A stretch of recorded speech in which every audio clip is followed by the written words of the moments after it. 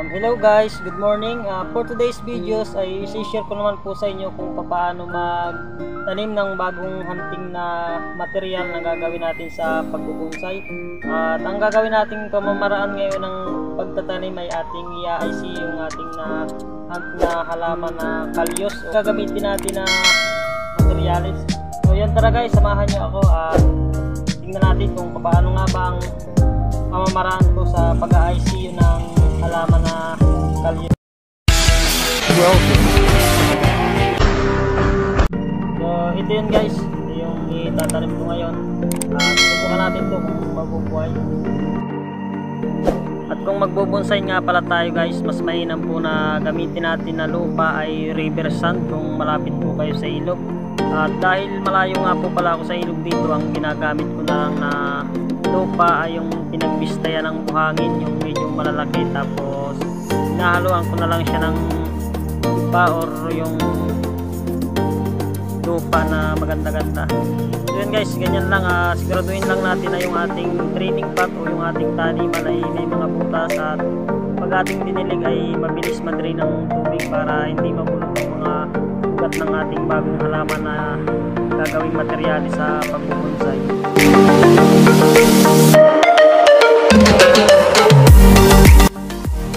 So yan, ganyan lang guys, tapos ating sisiksikin lang ang lupa nito.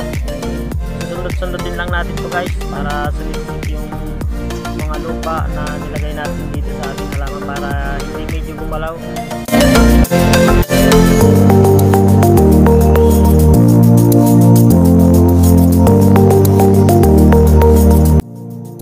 Tapos diligan din natin siya guys ng basang-basa hanggang sa mabasa yung lahat ng kanyang lupa para sumiksik lalo ang mga lupa na nilagay natin dito. So yun guys, pansin nyo ka na medyo exposed yung ugat nito. Gagawin natin dyan ay extensionan pa naman natin yan para pag nabuhay na siya, ganyan ang magiging itsura na medyo exposed yung kanyang ugat. Yun guys, pag natapos natin lagyan ng lupa at nasiksik na natin ang paso o yung training pot, lalagyan naman natin ito ng stick palibot para ito yung magiging hanggahan ng cover na ilalagay natin dito na plastic.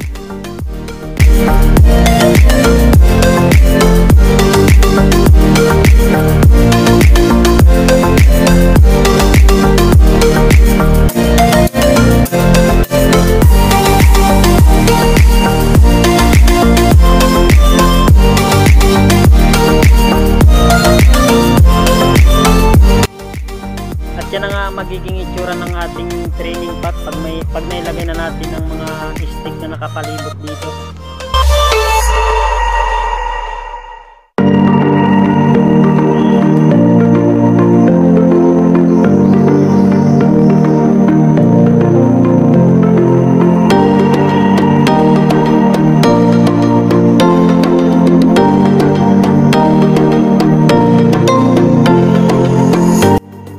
Ilalagay naman natin guys dito ang extension para yung ugat niya ay matabunan yung nakalabas niya na ugat. At pagbuhay na itong ating materials na kalyos na ito, tatanggalin din natin yung extension na yan, bitaw din yung ugat niya para magandang tingnan sa ating gagawing bonsai na. At yan lang guys, pupunuin lang natin ang lupa ulit yung pinagdag natin na extension yan para matabunan yung nakalitaw na ugat.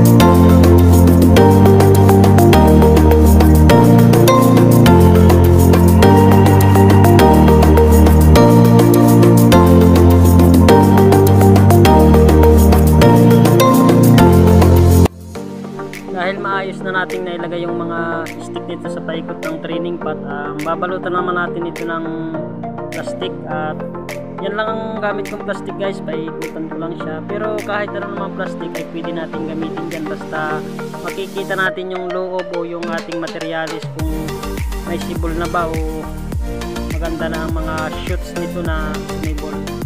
Yan guys, paikutan lang natin yan.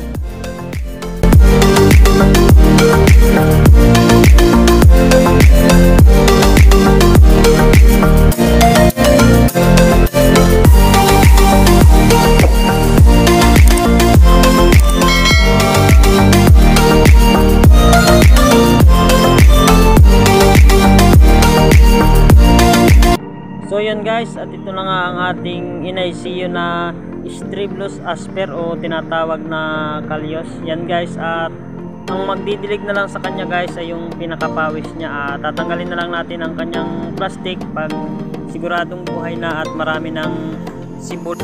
At yan guys ay ilalagay lang natin sa malilim, sa hindi masyado na aarawan hanggat hindi pa siya nasisibulan ng mga sanga. At yun guys, hanggang dito na lang muna ang aking munting video. Maraming salamat po sa inyong panonood. God bless po sa inyong lahat.